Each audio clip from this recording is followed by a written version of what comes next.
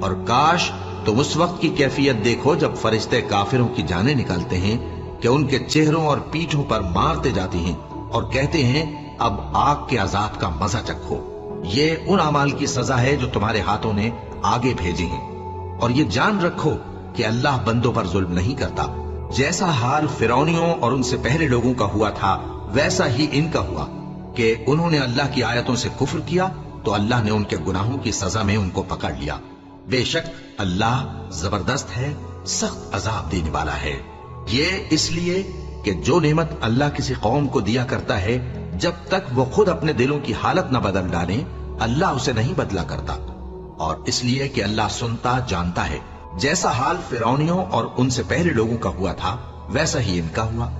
انہوں نے اپنے پروردگار کی آیتوں کو جھٹلایا تو ہم نے ان کو ان کے گناہوں کے سبب ہلاک کر ڈالا اور فرعونیوں کو ڈبو دیا، اور وہ سب ظالم